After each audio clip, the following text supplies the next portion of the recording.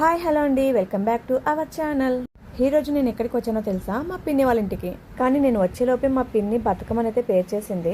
ఇక్కడ చూసారా, మా పిన్ని వెండి బతుకమ్మని పెట్టి బతుకమ్మనైతే పేర్చింది. అలాగే గౌరీదేవిని చేసి గౌరమ్మని ఇట్లా బతుకమ్మ పని అయితే పెట్టేసింది. యాక్చువల్గా వెండి బతుకమ్మ ఎందుకు అనే డౌట్ అయితే మీకు రావచ్చు. దానికోసమే ఒక క్లారిటీ అయితే ఇస్తున్నా. ఆడపిల్ల ఉన్న వాళ్ళకి పుట్టింటి వాళ్ళు వెండి బతుకమ్మనైనా సరే, ఇలా పూలతో చేసిన బతుకమ్మనైనా సరే 5 రకాల పండ్లతోటి ఒడి నింపించేసి 5 మందికైనా భోజనం పెట్టేసి ఇలా బతుకమ్మని అయితే అప్పచెప్తారనమాట. నాకు తెలిసినంత వరకు అయితే చెప్పాను. ఏదైనా మిస్టేక్స్ ఉంటే క్షమించండి.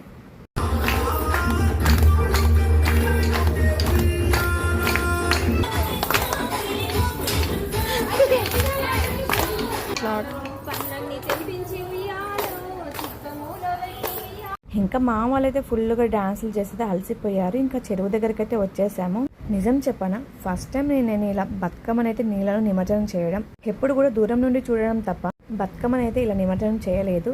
నేను బతుకమ్మను అలా వాటర్ వదిలినప్పుడు అస్సలు క్రాస్ కాకుండా స్ట్రేట్గా అలా వెళ్తుంటే నాకైతే చాలా ఎక్సైట్మెంట్గా అనిపించింది. ఎప్పుడైనా నాలాగే మీరు ఫీల్ అయ్యి ఉంటే ఇన్బాక్స్లో కామెంట్ చేయండి.